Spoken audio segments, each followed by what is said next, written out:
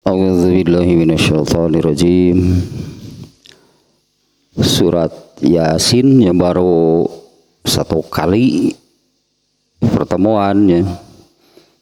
Yang awal kemarin tentang penamaan surat Yasin ya, semata-mata diambil dari ayat pertamanya saja. Ya, ayat pertamanya Yasin.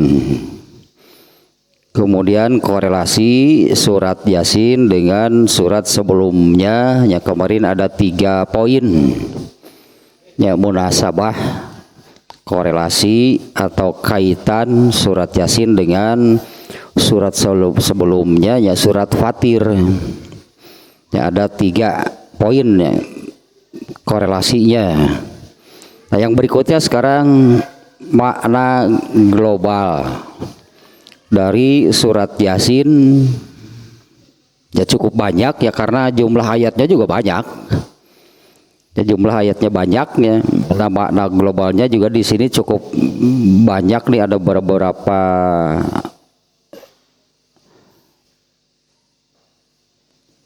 ya, ada 9 poin ya makna globalnya dari 80 ayat lebihnya. Ini makna globalnya atau garis besarnya ada 9.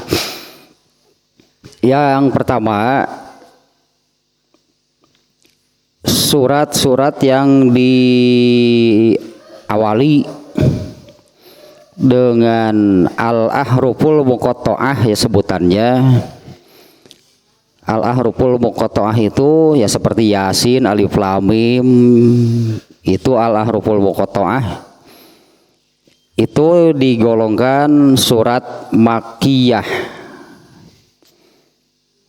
Nah, surat Makkiyah itu surat yang diturunkan pada masa periode Mekah. Makkiyah itu ke Mekah gitu, Makkiyah. Kalau surat yang diturunkan setelah Rasulullah SAW hijrah itu digolongkannya, disebutnya Madaniyah, ya, disandarkannya ke kota Madinah, jadi Madaniyah.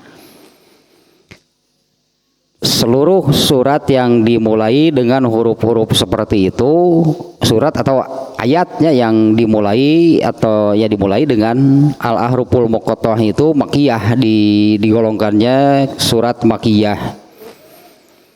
Nah, surat ini berbicara tentang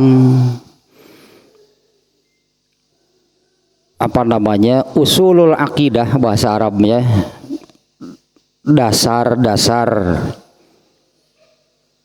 keyakinan atau dasar-dasar ideologi. Bahasa Arabnya akidah ya. Berupa nih di ayat ini yang menjadi dasar akidahnya itu adalah kalau ini nih yang disebut dengan beriman, yang diimani atau ketika yang disebut beriman itu yang diimaninya itu apa? Ya, yang diimaninya itu adalah Islam. Sudah agak lama nih pernah saya sampaikan seperti ini. Imam Al-Bukhari menyusun kitabnya ya, yang dikenalnya Sahih Bukhari, di mana Sahih Bukhari ini disusun oleh Imam Al-Bukhari atas anjuran dari salah seorang gurunya yang bernama Ali Al-Madini namanya. Dia menganjurkan kepada Imam Al-Bukhari agar membuat satu kitab yang isinya hanya hadis sahih. Saat itu belum ada berarti. Yang sebelumnya berarti ya bercampur lah, yang disebut kitab hadis sahih itu yang sahihnya ada, yang doifnya ada. Beberapa lama gitu Imam Bukhari itu tidak segera mengerjakan Imam Bukhari sendiri mengatakan, tapi apa yang dianjurkan oleh gurunya itu terus saja terngiang lah, bahasa kitanya terngiang gitu. Imam gurunya Ali Al-Madini menganjurkan demikian.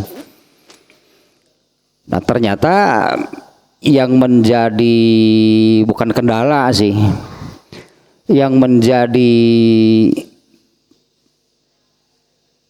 mengapa Imam Al-Bukhari itu seolah-olah lama gitu ya ketika dianjurkan itu tidak segera dilaksanakan. Ternyata Imam Bukhari itu memikirkan ya bagaimana, apa hanya sekedar memisahkan hadis sahih, hadis dhaif.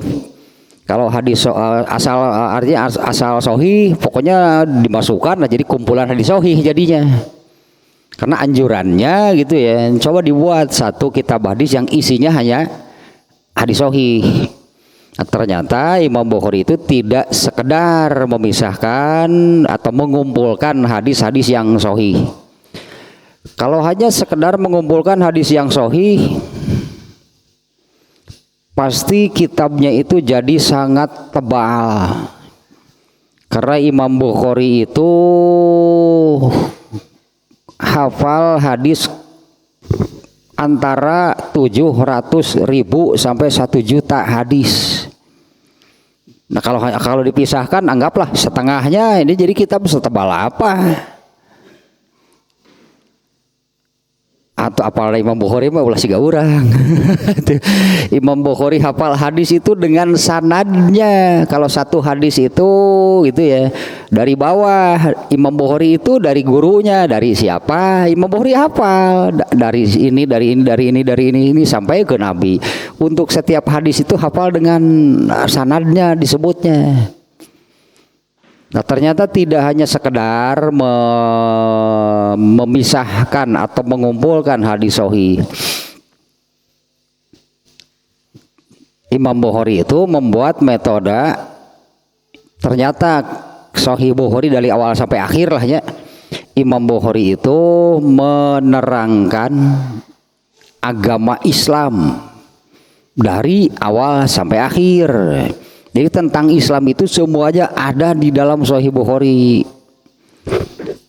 Mulainya Imam Bukhari menyusun kitabnya itu dengan kaifa kana badul wahyi, yaitu bagaimana awal mula turunnya wahyu. Ya inilah berarti awal mula adanya Islam itu adalah ketika Allah menurunkan wahyu yang pertama, itu Islam sudah Allah turunkan. Meskipun Rasulullah sendiri saat itu belum mengerti, belum paham dengan apa yang terjadinya ketika menerima wahyu yang pertama. Dan beliau pun berarti resmi menjadi nabi. Kemudian Imam Bukhari itu menerangkan wahyu, bagaimana awal mula atau bagaimana awal mula sihnya, karena wahyu kan kemudian terus turun sampai Rasulullah menjelang menjelang wafatnya Rasulullah, kan wahyu terakhir itu di akhir hayat. Bagaimana awal mula turun wahyu. Nah, maksudnya Imam Bukhari membuat yang demikian itu adalah inilah awal mula adanya Islam, yaitu diturunkan wahyu. Setelah itu Imam Bukhari kemudian menyambungnya dengan Kitabul Iman. Artinya ya imanilah wahyu itu. Nah ya, jadi yang disebut beriman itu adalah mengimani Islam. Yang diimaninya itu apa? Yang diimaninya itu adalah agama Islam. Kemudian ini Imam Bukharinya sekilas saja nih ya. Nah setelah membahas tentang Kitabul Iman, artinya mengimani wahyu yang diturunkan oleh Allah, mengimani agama Islam. Berarti kalau di Sahih Bukhari itunya Kitabul Iman banyak bab gitu tentang iman, itu ada berapa gitunya, kalau nggak salah ada 70-an lebih gitu bab permasalahan tentang iman. Nah, setelah beriman, pembahasan berikutnya Imam Bukhari itu adalah kitabul ilmi. Nah, artinya turun wahyu, beriman, pelajari, dalami gitu. Artinya ini metode Imam Bukhari ini dalam menyusun kitabnya. Dimulai dengan penjelasan tentang turun wahyu, setelah itu penjelasan tentang iman, artinya itu yang diimani itu adalah wahyu yang diturunkan. Kalau sudah diimani, barulah kitabul ilmi, pelajari agama Islam tersebut. Dan lanjutannya adalah kitabul wudu, sholat. Inilah yang pertama harus dipelajari. Imam Bukhari itu menyusunnya bukan hanya sekedar mengumpulkan hadis sahihnya, karena kalau hadis yang ada di Sahih Bukhari, di kitab Sahih Bukhari itu semuanya sahih. Tapi tidak hanya sekedar mengumpulkan, memisahkan antara hadis sahih dan dhaif. Seluruhnya kitab Sahih Bukhari itu, seluruh hadis yang ada di dalam kitab Sahih Bukhari itu, karena di dalam Sahih Bukhari itu ada satu hadis yang dimuat berulang di bab yang berbeda gitunya, hadisnya sama tapi dimuat lagi di bab lain, dimuat lagi. Bahkan ada satu hadis yang dimuat di 24 bab. Baca bab anu hadisna eta keneh, baca bab lain hadisna eta keneh.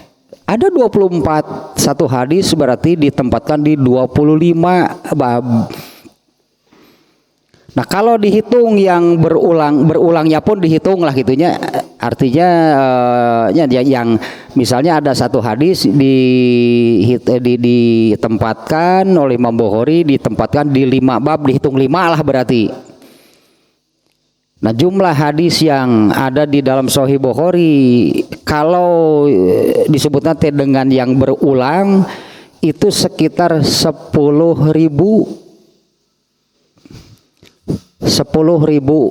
sekian lah gitu ya hadis. Kalau yang diulangnya tidak dihitung atau yang ada 5 dihitung 1 karena hadisnya masih sama, itu sekitar 7.000 sekian jumlah hadisnya. Sementara Imam Bukhari itu hafal antara 700.000 sampai 1 juta hadis. Sisanya kemana? Ya sisanya kemana gitu ya.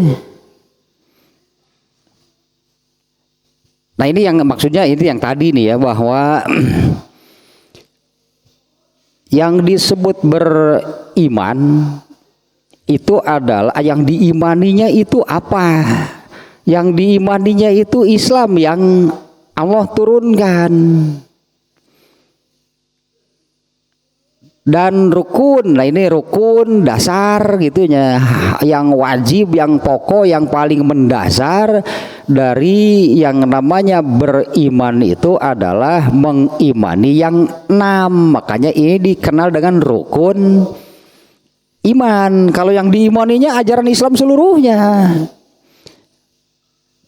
Rukunnya yang ya rukun itu hal yang mendasar, hal yang pokok, hal yang wajib, hal utama dari yang namanya beriman itu adalah mengimani yang 6.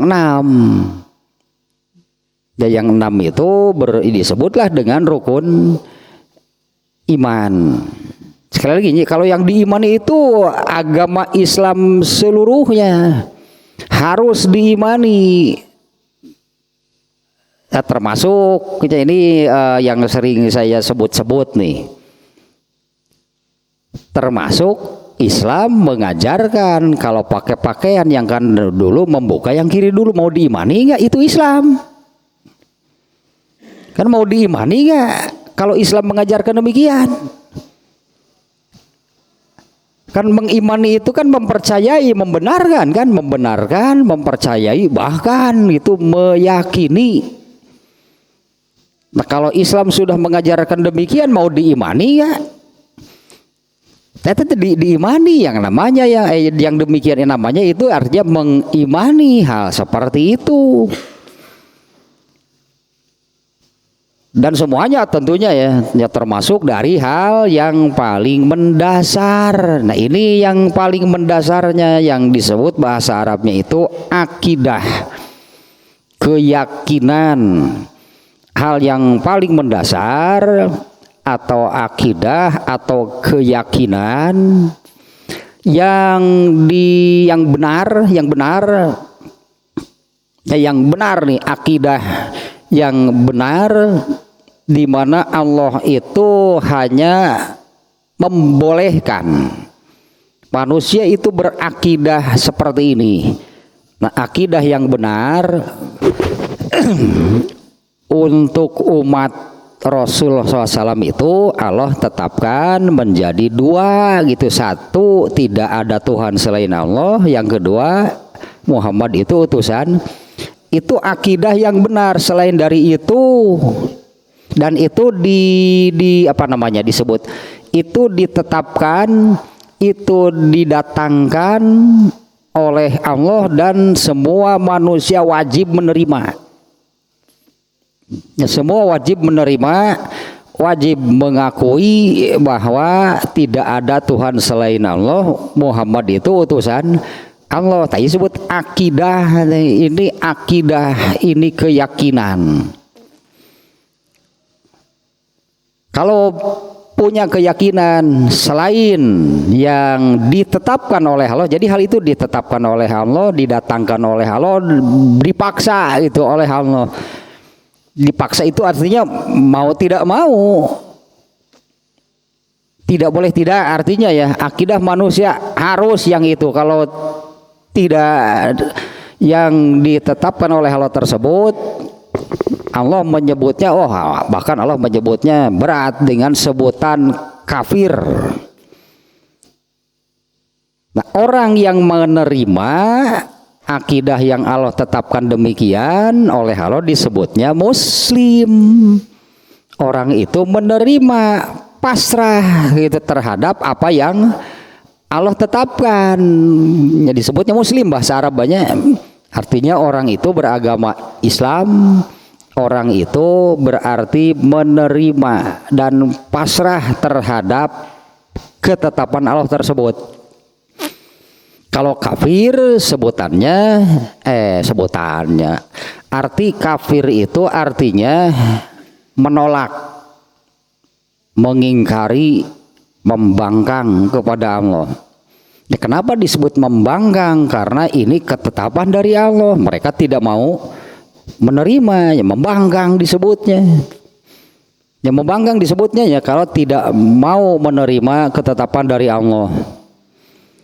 Nah, dasar-dasar akidah, dasar-dasar keyakinan, yaitulah apa yang ada di dalam rukun iman. Itu sebagai dasarnya. Beriman kepada Allah, beriman kepada malaikatnya, beriman kepada kitab-kitabnya, ya rukun iman lah ya. Nah, di dalam surat ini, di dalam surat Yasin ini yang di awal nih ya, ini makna global atau garis makna secara garis besar. Yang pertama adalah yang paling awal Allah membicarakan atau berbicara tentang dasar-dasar akidah dalam hal ini, yaitu tentang keagungan Al-Quran. Nah, karena Al-Quran itu kan salah satu dari rukun iman. Mengimaninya, mempercayai Al-Quran sebagai kitab suci itu termasuk satu keyakinan sebagai dasar. Ya, sebagai dasarnya dari akidah. Ya tadilah rukun iman ya. Kalau dari rukun iman kan yang terakhir kan yang pabulit, beriman kepada bukan takdir. Sebetulnya itu udah salah nyebut bahasa Indonesia mah, orang Indonesia mah da takdir mah menetapkan.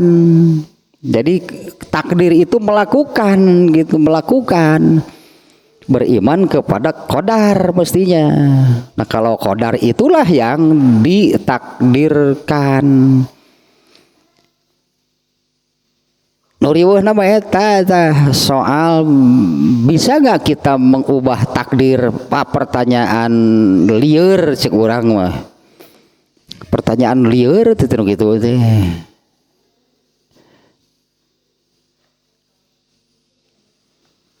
Karena Allah mentakdir artinya melakukan kan. Allah menakdirkan itu artinya Allah menetapkan atau Allah membuat ketetapan.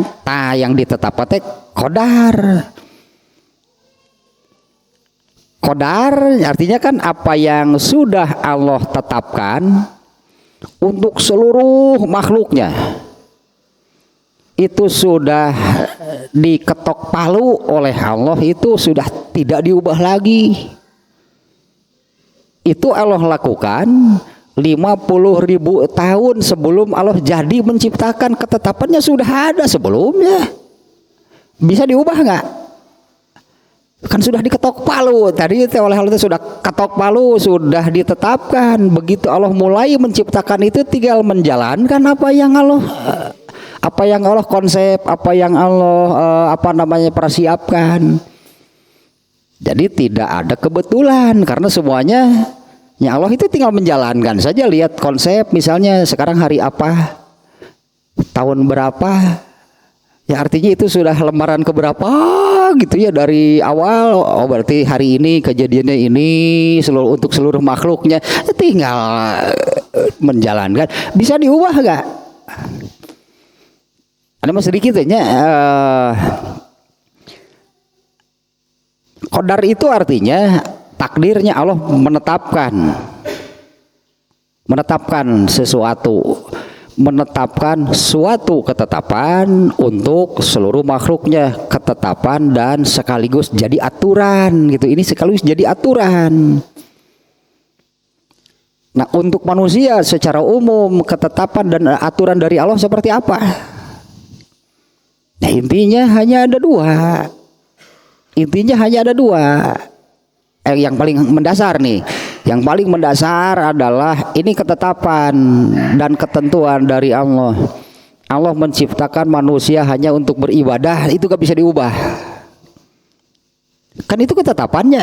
Allah menciptakan manusia itu hanya untuk beribadah. Eta coba pertanyaannya, bisa nggak manusia mengubah takdir? Namun saya yang neraka cik Allah teh. Sudah Allah tetapkan demikian gak mau menerima maka jeung hayang robah.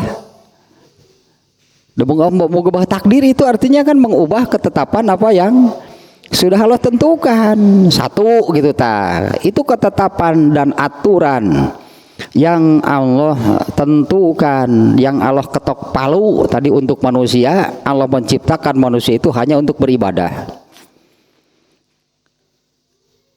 Dari hal tersebut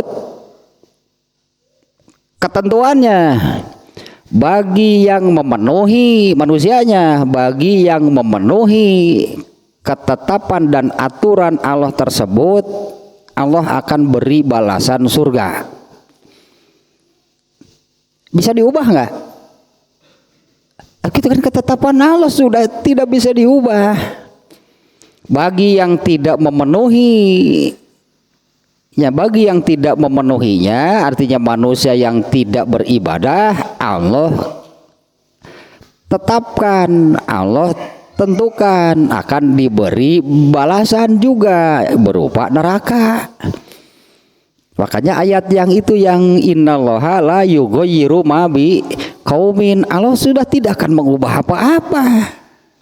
Apa yang Allah tetapkan untuk satu kaum, kan kaum dari dulu banyak kan, kaum Nabi Nuh, kaum Nabi, untuk setiap kaumnya Allah tidak akan mengubah apa-apa. Hatta yughayyiru ma bi anfusihim, mereka sendirilah yang mengubah ketentuan Allah yang sudah Ia tetapkan untuk mereka, yaitu beribadah. Mereka tidak beribadah.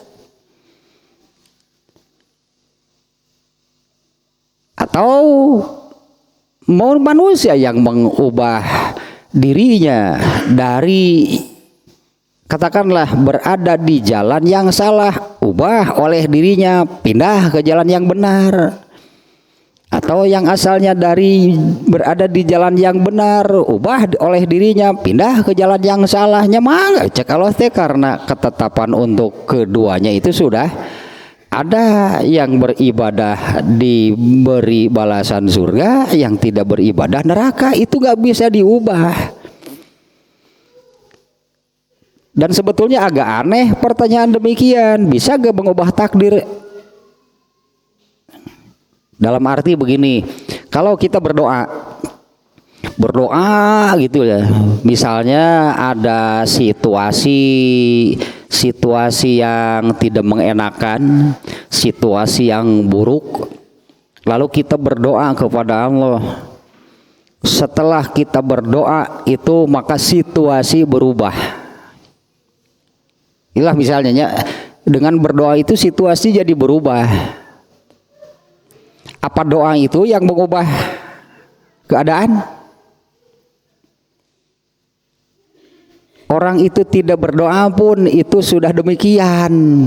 50.000 tahun Allah sudah menetapkan, mau ada doa mau tidak ada doa dari orang itu, memang itulah ketetapan Allah.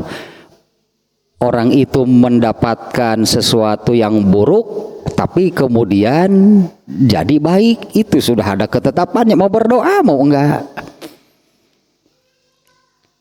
Atau orang itu malah orang itu malah marah-marah kepada Allah, kukulutus memaki-maki Allah, tetap akan berubah menjadi baik karena itu sudah ditetapkan tanpa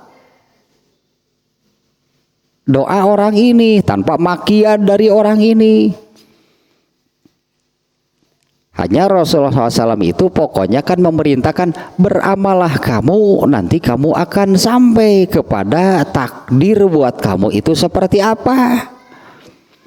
Itulah prinsipnya, berdoalah, beramalah kamu, nanti kamu akan tahu, kamu akan sampai kepada takdirmu. Eta nu mengubah takdir teh nu pindah dari mantan preman, satu lagi mantan ustad, eta nu ngerubah takdir mah dia sendiri yang mengubah. Ketetapan dari Allah itu sudah tidak bisa diubah, sehingga mau berdoa sehebat apapun, mau berusaha sehebat apapun, kalau ternyata sebetulnya, tapi ini dirahasiakan oleh Allah, katakanlah seseorang berdoa sehebat apapun lah, ingin menjadi orang kaya misalnya, berusaha sehebat apapun untuk menjadi orang kaya, ya perjuangan dan doa pokoknya malah menjadi orang kaya, nanti tetap nggak akan jadi orang kaya. Tapi masalahnya bahwa dari berdoa itu diperintah gitu, ya laksanakanlah, berdoa itu diperintah. Karena kalau orang yang tidak mau berdoa, Allah tetapkan orang itu takabur, siga butuh ku Allah teh gitu. Baca berdoa saja. Dengan janji doa seorang mukmin pasti dikabulkan oleh Allah, makanya berdoa. Hanya bentuk pengabulannya belum tentu seperti yang diinginkan, bisa jadi dikabulkan dalam bentuk lain. Nah itu yang kita bodoh, gitu kita tidak tahu. Rarasaan teh nu ieu can dikabulkeun wae gitu ka Allah teh, padahal dikabulkan sudah banyak berkali-kali ku Allah teh dalam bentuk yang lain. Bahkan ada yang tidak diberikan di dunia pengabulannya, ya ditabunglah oleh Allah untuk di akhirat. Sebetulnya mau berdoa mau enggak, ketetapan itu sudah ada. Jadi kenapa berdoa? Diperintah oleh Allah. Hanya manusia kan seringkali menuntut kepada Allah, kalau berdoa begitu, kalau berdoa seperti apa, harus itu juga yang dikabulkan. Kan manusia kan seperti itu kemauannya. Allah teh gara-gara teh atul sebut teh sia kos pinter wae atuh jelema teh mun hayang gitu teh bener gitu alus. Itu kan yang terpikir oleh manusia. Ingin seperti apa minta kepada Allah. Cek Allah teh ulah bisi cilaka geus we nu sejen tah Allah mah Allah yang Maha tahu. Nah, seringkali kan manusia menuntut kepada Allah itu pengabulan itu persis seperti yang dia inginkan, yang dia doakan, yang dia minta kepada Allah. Padahal ada yang di dunianya tidak diberikan, yang nantilah oleh Allah jadi ditabung lah gitu ya, ditabungkan untuk di akhirat. Mau berdoa mau enggak, itu ketetapan itu sudah ada. Tapi atau kalau begitu kenapa berdoa?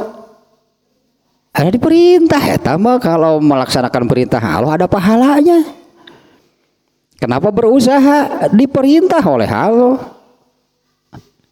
Sementara dari usaha itu hasilnya apa? Yang mana kita tahu kan kumaha Allah dan sebetulnya sudah ada ketetapannya. Dah gampang sebetulnya, ringan jadi ringan artinya. Pokoknya beramal gitulah intinya mah. Beramal diperintah, berdoa diperintah. Ya laksanakanlah perintah Allah. Karena sebetulnya tanpa doa gitunya, tanpa doa, tanpa ikhtiar lah sebut dari orang ini, ketetapan untuk orang itu sudah ada. Yang berusaha keras itunya untuk menjadi kaya tetap miskin, tapi arino si anu gitu gogoleran gitu, merasa gara rampang jual benghar weh. Padahal kalau melihat apa namanya gawe sih gak ada sahayuna sakeunahna sakahayangna, tapi rezekinya itu begitu mudahnya kan bae memang takdirna beunghar jelema eta mah gogoleran bae jadi duit. Yang penting nya we makanya Rasulullah menasehat, ada kan dulu sahabat yang punya pemikiran demikian, kalau segala sesuatunya sudah ditetapkan oleh Allah ya sudah kita diam saja. Ternyata kan Rasul memerintahkan beramalah kamu, nanti kamu akan sampai kepada takdir yang sudah Allah tetapkan. Takdirnya tinu mana nu tadi balik deui gitu, yang beramal soleh dapat surga, yang durhaka dapat neraka. Tak akan sampai kepada ketetapan yang itu, makanya beramal. Nanti kamu akan sampai kepada nanti tahulah artinya, coba ketetapannya, ketetapan dari Allah itu seperti apa untuk yang beramal soleh gitu, nanti kamu akan tahu artinya ketetapan dari Allah untuk yang beramal soleh itu seperti apa. Kayak gara ketingali, kayak gara nepi ya, ketetapan untuk yang beramal soleh seperti apa, orang yang tidak beramal soleh atau yang durhaka seperti apa. Makanya beramal, nanti kamu akan tahu, akan sampai kepada apa yang Allah tetapkan bagi kamu. Ya surga atau yang dimaksud kalau beramal soleh mah. Ya sok atuh tapi kalau nggak mau beramal ya sok tong beramal, nanti juga kamu akan tahu, akan sampai kepada takdir. Artinya kan Allah menetapkan apa untuk yang tidak beramal. Ya mangga itu beramal nanti kamu akan tahu, akan sampai kepada apa yang Allah tetapkan bagi yang tidak beramal. Eta jelema tah nu yugoyiru bi anfusihim, ya manusianya yang mengubah, manusianya yang berpindah gitu. Makanya ada dua anu tadi, aya nu mantan preman, aya nu mantan ustad. Robah dua anak gitu teh. Mereka lah yang mengubah dirinya. Ketetapan dari Allah enggak. Ketetapan dari Allah tetap eta untuk yang beribadah, yang taat, beramal soleh surga. Untuk yang durhaka, maksiat, berbuat dosa, neraka. Itu gak akan diubah untuk kaum manapun. Tak dari Al-Quran nih ya. Dasar akidah di dalam hal ini tadi kan dasar akidah itu apa? Itulah yang ada di rukun iman ya. Yang pertama adalah tentang Allah. Beriman kepada Allah. Beriman kepada malaikatnya. Nah ini dasar-dasar akidah seorang muslim. Dari semua rukun iman yang paling mendasarnya itu adalah tentang Allah. Kalau rukun Islamnya rukun Islam sama kan, rukun Islam juga yang paling mendasarnya adalah rukun Islam kan ada 5. Yang pertama yang paling mendasarnya dari yang 5 itu adalah ya tentang Allah dan nabinya dan utusannya. dalam rukun iman, dalam rukun Islam, yang nomor satu itu adalah tentang Allah. Dan yang paling mendasar sekali berartinya tentang Allah pun itu adalah tentang keberadaannya. Keberadaannya itu bukan ada wujudnya, yaitu tidak ada Tuhan selain Allah. Nah, itu hal yang paling mendasar dari semua yang mendasar. Nah, itu dasarnya adalah semua manusia wajib mengakui tidak ada Tuhan selain Allah. Kalau dalam diri seseorang tidak punya apapun lah gitulahnya, tidak punya apapun, tidak punya sedikit pun, hanya punya la ilaha illallah, pasti masuk surga. Padahal punya hanya itu saja, pengakuan bahwa tidak ada Tuhan selain Allah. Ini yang disampaikan oleh Rasulullah kepada Abu Thalib. Abu Thalib itu kan kafir. Di akhir hayatnya Rasulullah meminta kepada Abu Thalib, ucapkan la ilaha illallah. Di saat Abu Thalib sudah sakaratul maut, tidak berdaya lah gitunya, sudah ngecoprak, benar-benar itu bisa naon. Nah, Rasulullah memerintahkan, membisikkan, ucapkan la ilaha illallah. Andai itu diucapkan, Abu Thalib kemudian meninggal, pasti masuk surga. Tapi jangan diartikan langsung ke surga, karena yang masuk surga itu ada yang beragamnya, berkelompok-kelompok. Ada yang masuk surga tanpa hisaban, sampai kepada orang yang masuk neraka dulu dan di dalam nerakanya paling lama hingga akhirnya dikesurgakan juga. Berkelompok-kelompok, bermacam-macam ya orang yang disebut masuk surga, bukan dijamin tidak ke neraka dulu. Kalau Abu Thalib, anggaplah andai dia mengucapkan la ilaha illallah kemudian meninggal, dia hanya punya itu, kemudian yang lainnya nggak ada lagi. Tapi Rasulullah membisikkan, memerintahkan mengucapkan la ilaha illallah itu seolah-olah dengan mengatakan, aku berani pasang badan di hadapan Allah asal punya, hanya asal itu saja, ucapan la ilaha illallah.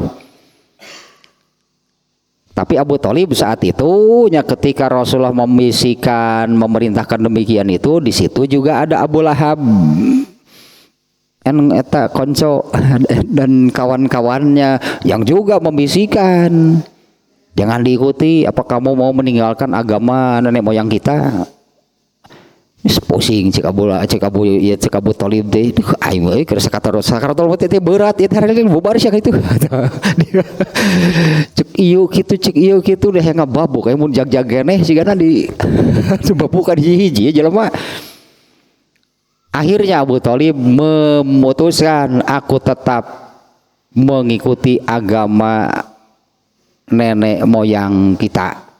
Rasulullah nggak bisa apa-apa. Jadi Abu Thalib mati sebagai kafir yang abadi. Kafir abadi berarti di nerakanya. Hanya Abu Thalib itu mendapatkan siksaan paling ringan sebagai penghuni neraka.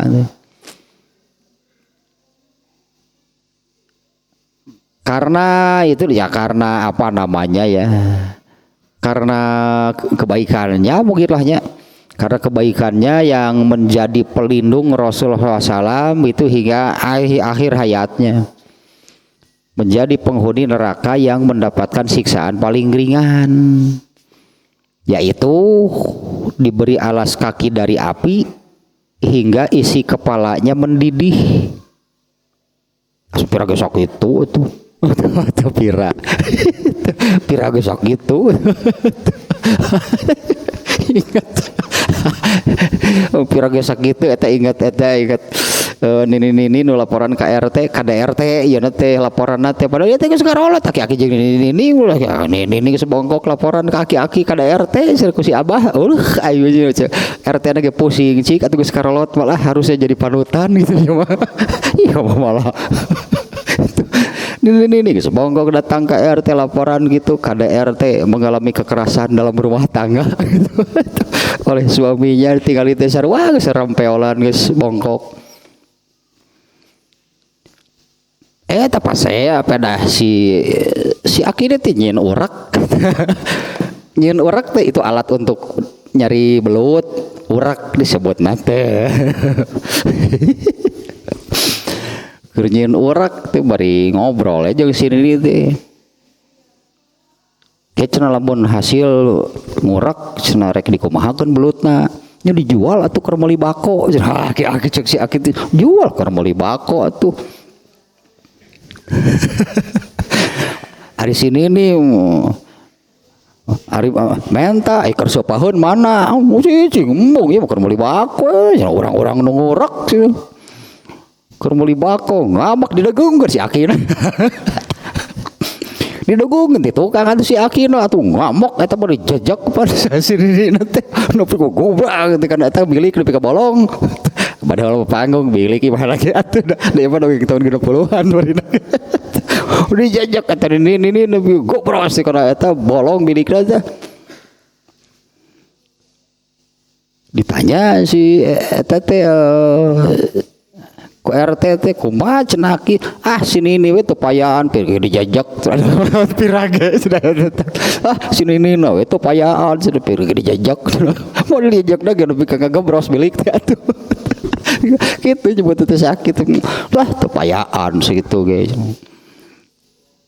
muncul orang cengeng gitu tepayaan sakitu wae ge di kumaha gitu pirage dijajak apa dijajak deui pengalaya gak gebros eta tah kana bilik ngomongna teh kitu laporan sakitu wae ge pirage dijajak eta tah bieu teh disiksa di neraka itu dengan siksaan paling ringan siga kitu pirage gitu diberi alas kaki dari api hingga isi kepalanya mendidih dan abadi gitu teh Abu Thalib mah eta pirage teh inget eta teh si Aki dasar. Satu nih tentang keagungan Al-Qur'an ini masuknya ke dalam urusan akidah termasuk kepada hal yang wajib diimani itu Al-Qur'an kan makanya dimasukkannya ke dalam rukun iman. Nah, arti rukun begitunya yang wajib tidak boleh tidak, kalau tidak ada batal berarti. Kalau ada seseorang mengaku beragama Islam tapi tidak beriman kepada Quran, muslim bukan? Kalau seseorang mengaku beragama Islam ya, seorang muslim tapi tidak beriman kepada Al-Qur'an, batal berarti imannya karena salah satu rukunnya tidak ada. Tidak beriman, tidak mempercayai adanya malaikat, gagal berarti imannya. Ini yang disebut rukun itu demikian ya, wajib ada. Yang kedua, surat ini menerangkan tentang banyak ininya, banyak memangnya di dalam Al-Qur'an yang menerangkan tentang hal ini ya, termasuk di sini ya di surat Yasin ini. Yaitu tentang kemahaesaan dan kemahakuasaannya. Arti maha kuasa itu tidak ada yang tidak bisa dilakukan oleh Allah. Intinya arti berkuasa, maha kuasa itu artinya tidak ada yang tidak bisa dilakukan oleh Allah. Nah, di mana hal ini ya pernah namanya kafir, isinya mereka sudah kafir, menolak, mengingkari, membangkang gitu kepada Allah. Ya, termasuk di dalam surat ini diantaranya Allah menjelaskan tentang kemahaesaan dan kemahakuasaan Allah. Kalau kemahaesaan itu ya itulah dengan satu kalimat pendek gitunya yang ditetapkan oleh Allah yang harus jadi akidah, tadinya akidah keyakinan, yaitu tidak ada Tuhan selain Allah. Eta kemahaesaan. Apalagi dalam kalimat tersebut kan ada tambahannya ya, la ilaha illallah wahdahu teh yang hanya satu-satunya, la syarika lahu tidak ada yang sepadan. Syarik teh sekutu artinya yang sepadan, yang sejajar, yang dengan Allah lah. Tidak ada Tuhan selain Allah. Yang gitu Allah itu adalah yang hanya satu-satunya. La syarikalah gitu kan, dua kalimat syahadat gitunya, la ilaha illallah wahdahu la syarikalah, yang hanya satu-satunya, tidak ada yang sama, tidak ada yang serupa, tidak ada yang sepadan, itulah la syarikalahu teh. Di beberapa ayat Al-Quran itu oleh Allah diungkapkan dengan seperti yang di surat Al-Ikhlas. Yang seperti ini bukan hanya ada di Al-Ikhlas, yaitu walam yakullahu kufuwan ahad, tidak ada siapapun yang tadilah seperti, serupa, semacam, sejenis dengan Allah. Nah yang kedua nih poinnya nih ya kalau ini poin pertama tadi 1A gitunya tentang Al-Quran, 1B tentang penjelasan tentang kemahaesaan. Nah ini hal yang paling mendasar yang Allah paksakan, yang wajib diakui, diyakini oleh seluruh manusia. Kalau tidak mengakui tentang kemahaesaan Allah, maka Allah menetapkannya sebagai pembangkang, kafir. Sebutannya dalam bahasa Arab, kalau memahaesakan itu tauhid. Kata tauhid itu diambil dari kata ahad atau wahid, artinya satu. Tauhid menyatakan hanya satu, itulah kaulah satu-satunya lah. Tauhid gitu, arti kata tauhid itu artinya diambil dari kata wahid atau ahad, artinya satu. Kalau tauhid artinya menyatakan hanya satu. Kemudian lawan kata dari tauhid adalah syirik. Syirik itu juga jadi bahasa Indonesia, syarikat, serikat. Kalau berserikat, mana ada satu berserikat? Kalau berserikat pasti lebih dari. Nah, jadi syirik itu berarti memunculkan yang lain selain Allah. Jadi ada lebih dari. Nah ini dosa paling mendasar dan paling besar dan tidak diampuni, yaitu syirik. Syirik itu dosa paling mendasar gitu tentang Allah. Dosa paling mendasar Allah tetapkan sebagai dosa paling besar tanu bieu teh kalau menganggap ada selain Allah. Jadi mana tadi Allah mewajibkan mengakui manusia itu menerima, mengakui dan meyakini tauhid itu Allah itu ahad, Allah itu hanya satu.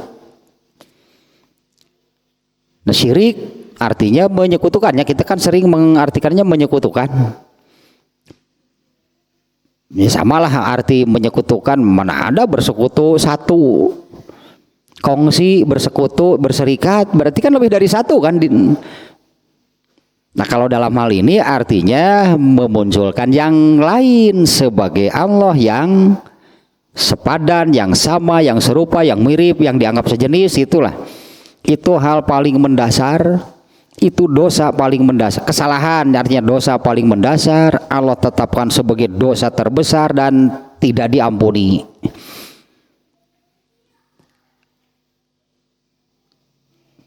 parahnya, ya sebutlah parahnya. Kalau orang kafir, mereka yang sudah tidak mau menerima kan, Allah nyatakan, Allah memaksa saja gitu, Allah memaksa saja, akui tidak ada Tuhan selain Allah. Orang kafir itu tidak mau menerima. Sehingga tidak ada kafir yang tidak musyrik, nggak akan ada. Tidak ada kafir yang tidak menyekutukan Allah, itu tidak ada.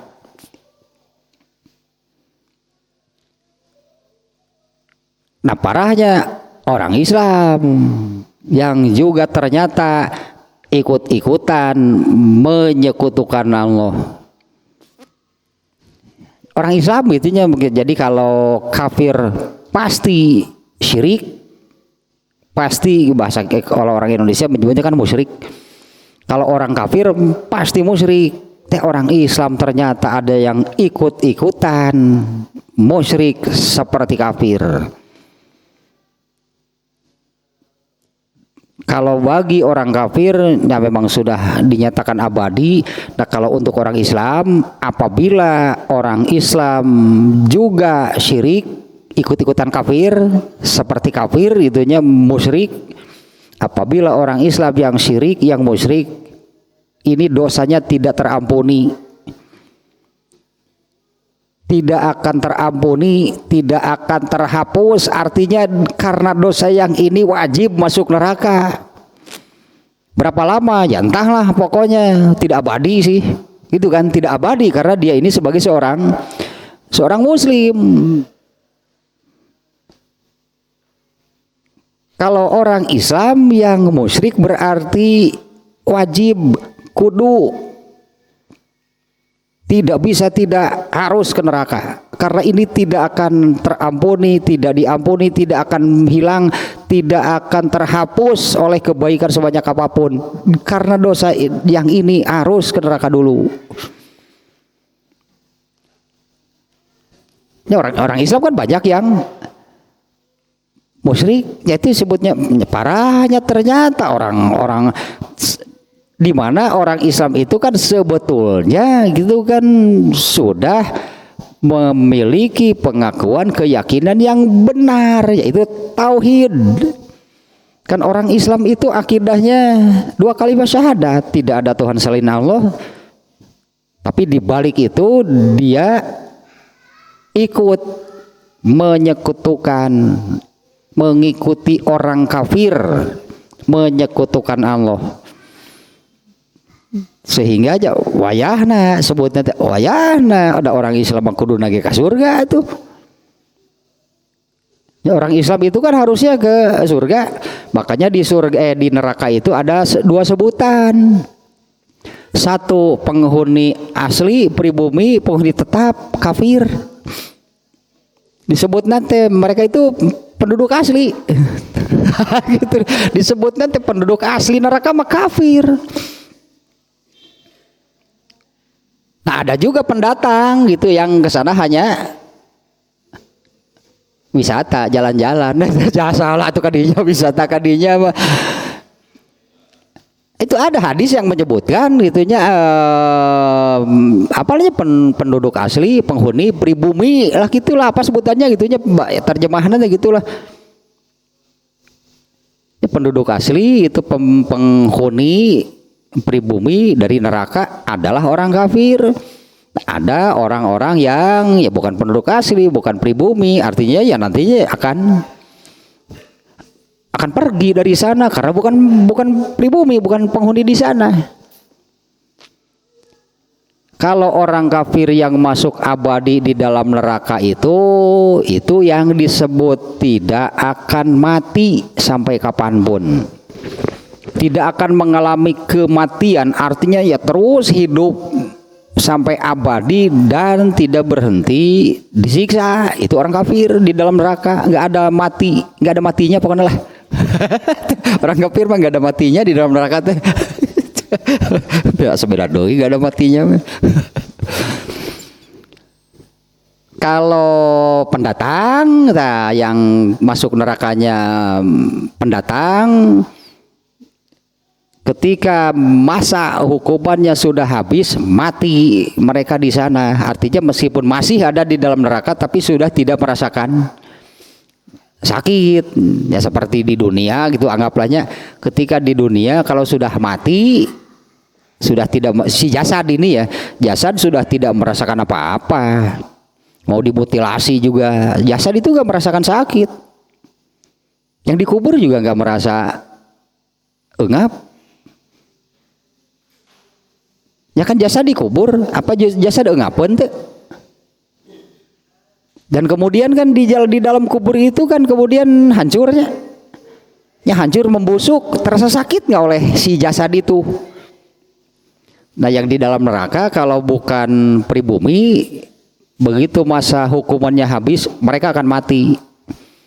Nah, meskipun berada di sana ya sudah tidak lagi merasakan sakit. Nanti Allah akan memerintahkan kepada penghuni surga, itu baturan maneh lain, watir sira pangangkatkeun, tingali lain lah.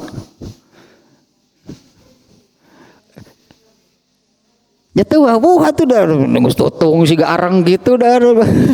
Ari nu aya dina pikiran da si eta mah bule eta. Bodas teh kulitna ge. Itu baturan maneh lain. Atuh ing teh nyaho. Tingali sih bener cek alo teh atuh karunya.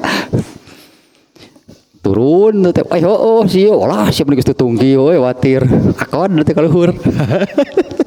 Di akon kaluhur.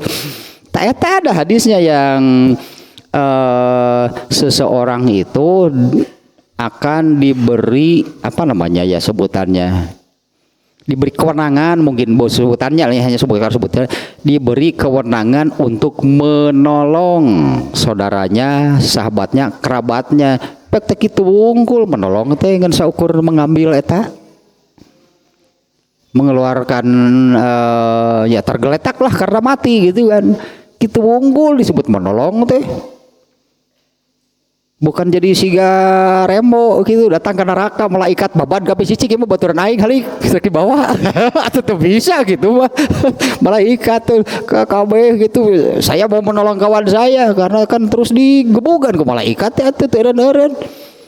Ya datanglah sebagai superhero gitu kadinya teh ke malaikat kabeh halik ieu baturan aing halik. Beri mau tanda pengenal, yo saya mau penghuni surga halik. Malaikat kabeh nyolonginggir atuh udah hormat ke penghuni surga mah. Jadi bukan seperti itu yang disebut diberi kewenangan menolong sahabatnya tengen kitu wungkul padahal mah. Karena punya sahabat, punya keluarga, orang tua, anak sesoleh apapun kan Allah sudah menyebutkan gak bisa menyelamatkan. Ya katakan hanya punya orang tua, punya anak, punya saudara, punya kerabat, soleh gitu. Gak bisa menyelamatkan kalau seseorang itu memang takdir tadi tepatnya ketetapan Allahnya orang ini masuk neraka karena dia orang yang durhaka. Gak bisa langsung ganti kostum itu turun ke neraka langsung. Wah neraka teh atuh pan jurang yang tinggi langsung aja lang maneh lagi pejet atuh. Mata keluarkan jaring tuh dia. Kalau di napi ka hanap malaikat langsung dibabukan hiji-hiji halik. Ya cas berat ya atau karunya cek malaikat ari maneh atuh boga CS teh ka neraka ge kumaha cenah atuh. Bukan demikian ternyata. Karena ada yang demikian gitu. Ya seorang ustad itu seorang ustad ka jamaah nanti asal kenal saya nanti saya cari di neraka. Emang jamaahnya pasti ke neraka dia yang ke surga. Nepi ka kitu nanti saya akan cari di neraka. Jeung mustabina teh asik lain ambek disebutkeun mana mah ke neraka. Gitu. Lain ambek asik engke ditulungan. Pada itu secara tidak langsung kamu akan masuk neraka tapi tenang gitu. Dan seolah-olah memaknainya juga demikian, dia akan jadi ya superhero gitulah yang masuk ke neraka lalu menyelamatkannya, seolah-olah menghentikan gitu dari azab yang sudah Allah tetapkan.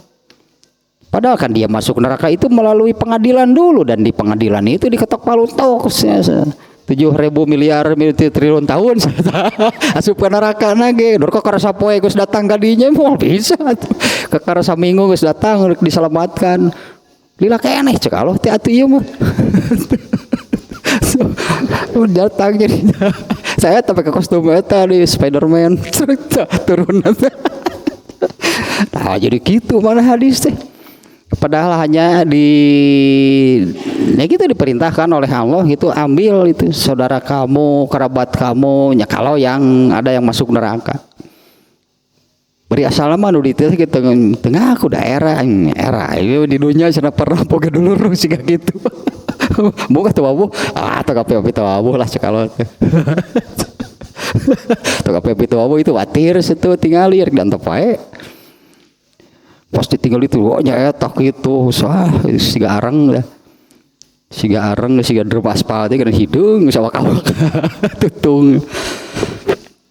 Nah ini tentang kemahaesaan. Jadi yang hal paling mendasar gitu, ininya yang wajib itu itu tadinya di bahasanya lah, dipercayai, diakui, diimani, diyakini Allah itu Maha Esa, karena tentang kemahaesaan Allah.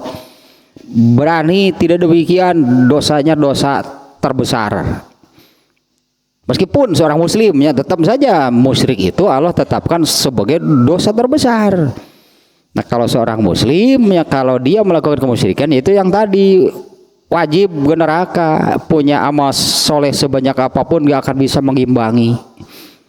Terlalu besar gitunya lah dosa ini, dosa syirik. Dan kemahakuasaannya, yang artinya ya tidak ada yang tidak bisa dilakukan oleh Allah. Nah ini oleh orang Yahudi ini dulu di zaman sejak sebelum zaman Islam artinya ya, karena kan Yahudi kan sudah cukup lamanya keberadaan sejak zaman Nabi Musa itu kan, adanya agama Yahudi itu kan melalui Nabi Musa sampai ke zaman Rasulullah SAW itu cukup lama.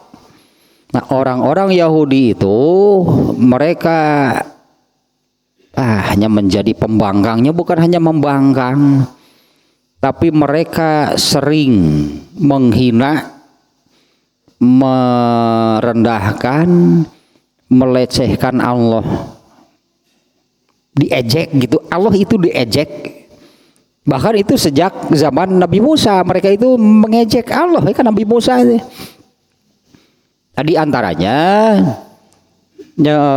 bagaimana mereka disebutnya mendustakannya, kafirnya, mereka membangkang kepada Allahnya. Orang-orang Yahudi itu mengatakan bahwa Allah tidak sanggup, Allah lemah, Allah tidak memiliki kesanggupan, kekuatan untuk menghidupkan kembali manusia setelah matinya. Itu diantaranya orang Yahudi dulu itu yang etano jadi pembelot tewe kan, asalnya orang Yahudi itu Bani Israel yang ditindas oleh Fir'aun, lalu oleh Allah diselamatkan melalui Nabi Musa, menyeberanglah membelah Laut Merah dari Mesir ke Palestina. Ini yang pengikut Nabi Musa itu ini Bani Israel. Kalau Fir'aun bukan Bani Israel. Ya Fir'aun itu bukan Bani Israelnya, mereka yang menindas Bani Israel di Mesir. Bani Israelnya oleh Allah diselamatkan. Mengikuti Nabi Musa itu menyeberang, itu yang di belah lautan gitunya. Karena Nabi Musa bukan sendiri, dengan pengikutnya yang taat. Nah ini Bani Israel teh Yahudi teh ita. Tapi begitu sampai ke seberang, begitu sampai ke Palestina sihnya, begitu sampai ke seberang ke Palestina, eta disebut tadi gak pakai lama keluarnya tandukna Yahudi mah. Begitu perintah pertama dari Allah saja mereka sudah membangkang, sudah tidak taat.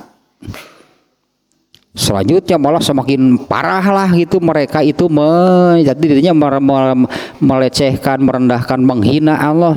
Padahal mereka ini sebelumnya taat. Waktu ditindas di Mesir oleh Fir'aun itu mereka ini taat kepada Nabi Musa, tapi setelah merdeka, setelah bebas, begitu Allah perintahkan perintah pertama, artinya nggak usah menunggu perintah kedua, ketiga, keempat baru melanggar.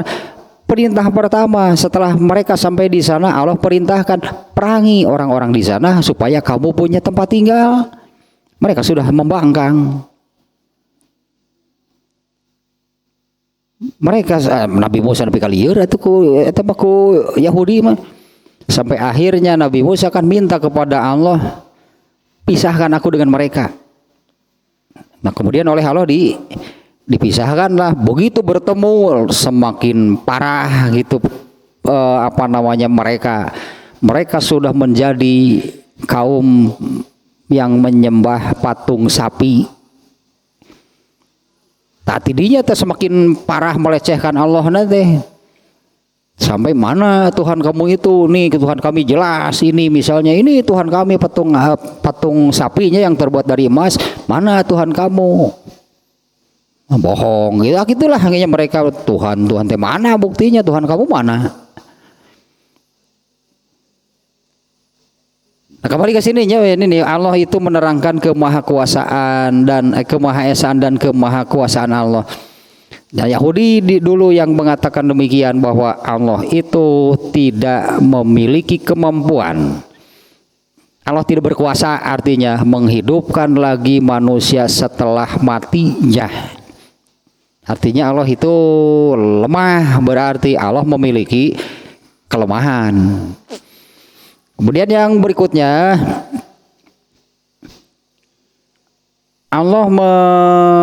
bahasanya Allah membatasi kewenangan. Nabi itu hanya sebagai pembawa berita disebutnya, dan sebagai pembawa berita sih intinya. Karena disebutnya Nabi itu membawa berita gembira, yaitu surga. Dan sebutannya Nabi itu mengancam dengan neraka. Padahal yang menjanjikan demikian itu bukan Nabi. Nabi bukan mengancam, Nabi tidak mengancam. Nabi hanya membawa berita yang isinya ancaman dari Allah berupa neraka. Nabi itu artinya kewenangan. Nabi hanya sampai di situ, hanya menyampaikan berita dari Allah, hanya menyampaikan kalau kabar gembira itu yaitu janji-janji dari Allah tentang surga. Itu hal yang menggembirakan. Atau disebutnya Nabi itu memberikan berita dari Allah yang isinya ancaman neraka. Kewenangan beliau hanya sampai di sana. Tidak diberi kewenangan sampai memasukkan seseorang ke dalam surga. Artinya kan Nabi tidak punya kewenangan ya memasukkan seseorang ke dalam surga. Nabi wae gitu, kamu udah tadi superhero. Pakai kostum Amerika, Kapten Amerika. Bapak nyiru di gambaran. Nyiru tete dicet tete bintang yang bulan. Kapten Amerika. Nabi saja tidak punya kewenangan. Dan ini di surat ini nanti itunya Allah menjelaskan Nabi itu kewenangannya hanya sampai tabligh. Tabligh itu artinya menyampaikan dan dakwah, mengajak. Itunya menyampaikan dan mengajak. Bahkan beliau tidak juga diberi kewenangan sampai mengubah seseorang. Nabi nggak bisa. Tadi contohnya Abu Thalib berubah nggak? Padahal Nabi kurang apa? Nabi kan hanya menyampaikan apa? Kalau Abu Thalib bebernya ke pamannya, kalau paman mengucapkan la ilaha illallah, aman lah gitu, selamat. Itu kan hanya menyampaikan demikian.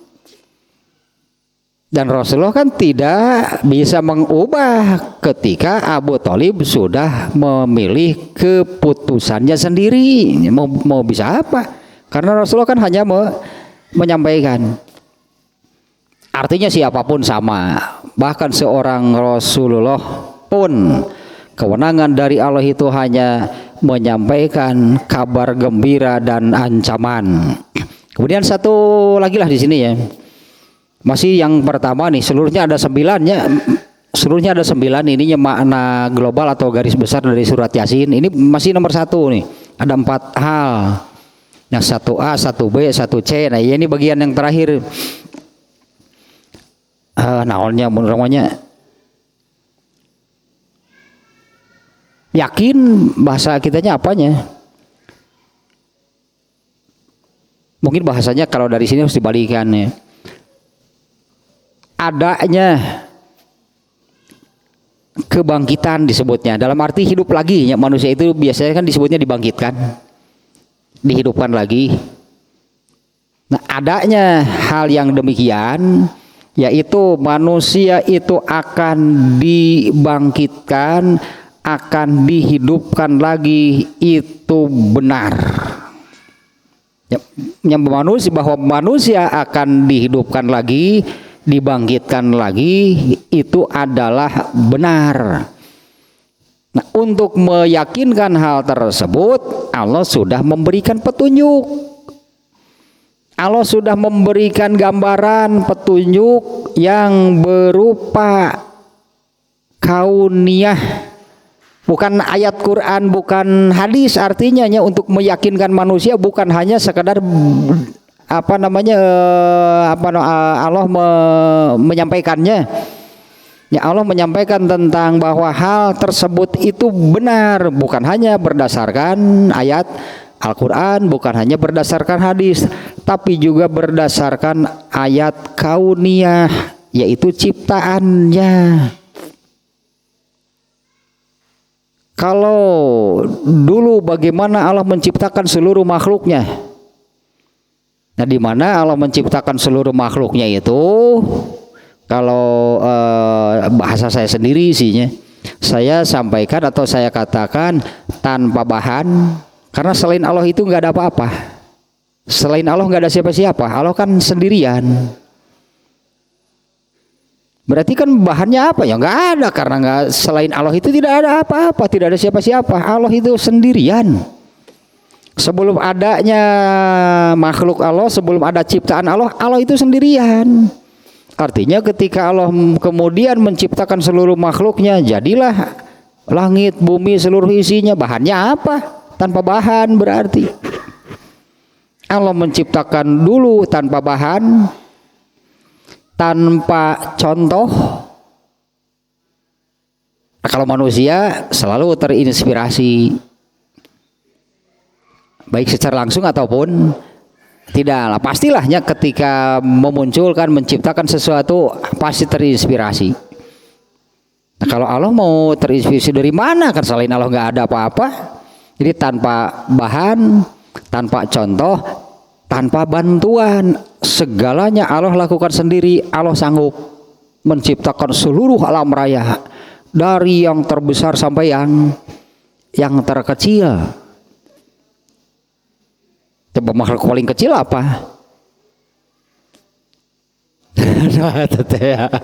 Makhluk paling kecil mah bakteri, serta kuman, virus kan gak kelihatan. Nage COVID mana kan gak kelihatan. Lain cacing nu pangleutik nama. Oh cacing mah gede. Eta lamun bakteri cacingan, cacingna ya di jero beuteung, nah lebih leutik betan bakteri berarti. Dari yang terbesar sampai yang terkecil dengan karakternya masing-masing, dan di antara semua makhluknya ini ada keterkaitan, tidak ada yang ternyata salah diganti, nggak ada. Semuanya itu sudah satu sistem yang sempurna. Nah itu jadi dalil, itu jadi petunjuk. Apa Allah nggak bisa menghidupkan kembali manusia, seolah-olah hanya merekonstruksi kan apa yang pernah diciptakan loh, masa Allah tidak mampu?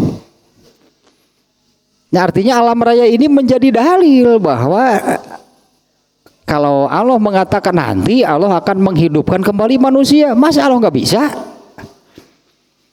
Dulu menciptakan seluruh alam raya dengan dari yang terbesar sampai yang terkecil saja mampu dengan segala karakter dan menjadi satu kesatuan. Kalau hanya sekedar mengulang penciptaan manusia, masa Allah tidak mampu? Ya, artinya ini untuk meyakinkan manusia bahwa Allah sudah menerangkan demikian. Kalau jatah di dunia itu hanya sedikit, hanya sebentar, akhirnya manusia akan meninggal, nanti akan dihidupkan lagi. Kenapa manusia tidak percaya? Ya, kenapa manusia tidak percayanya? Kalau dengan ayat yang menerangkan demikian, hadis yang menerangkan demikian, kalau bagi yang beriman mah pasti mudah. Kalau yang hanya menggunakan akal saja, nah mestinya dengan dalil-dalil kauniyah itu manusia akan punya kesimpulan demikian. Apa susahnya bagi Allah kalau untuk menghidupkan kembali manusia yang pernah diciptakannya? Nah, ini yang terakhirnya di poin pertama, Allah meyakinkan atau adanya kebangkitan atau manusia dihidupkan kembali itu benar. Untuk mengarahkan ke sana, nah Allah memberi petunjuk, Allah memberi isyaratnya berupa ayat-ayat kauniyah. Itu yang maknanya demikian. Seluruh ciptaannya ini menunjukkan ke sana sebetulnya. Ketika Allah menerangkan manusia akan dibangkitkan kembali, itu benar dan Allah. Saya kira kalau mau dibandingkan, ya lebih mudah kalau hanya merekonstruksi kan, dibandingkan dengan menciptakan pertama kali kan harus berkreasi mungkinnya bentuknya seperti apa. Da Allah teh kudu ngarang bener bukan ngarang sih mungkinnya. Lamun hileud alpukat pantasna siga kumaha gitu tah. Lamun hileud alpukat pantasna siga kumaha nya. Beda jeung hileud mah di tanggal sirsak atuh. Yang masing-masing kudu beda, tuh tanggalna beda, hileudna ge beda. Mencacing cau sih kumaha. Teu cacing cau. Emang cau aya cacingan? Aya sih cacing. Ya kan semuanya harus dikatakanlah, kalau manusia artinya kan harus dipikirkan semuanya. Nah Allah sanggup. Masa hanya sekedar mengulang Allah dikatakan lemah? Allah tidak mampu untuk menghidupkan kembali manusia. Katanya yang keempatnya, poin yang D-nya di masih poin pertama, yaitu Allah ingin meyakinkan, menekankan itu kepada manusia bahwa hidup setelah mati itu benar. Nah, dengan dalil itunya, dengan dalil ayat-ayat kauniyah, bukan berupa dalil nakli berupa ayat Quran atau hadis. Kalau bagi yang beriman, begitu ayat Quran mengatakan demikian, percaya kan, benar. Nah, kalau bagi orang-orang yang tidak beriman, nah mengapa seperti Yahudi sampai mengatakan demikian, Allah lemah, Allah tidak akan sanggup? Tuh mikir sih Allah teh. Kan gitunya, apa dia tidak berpikir bagaimana dulu Allah menciptakan seluruh makhluknya?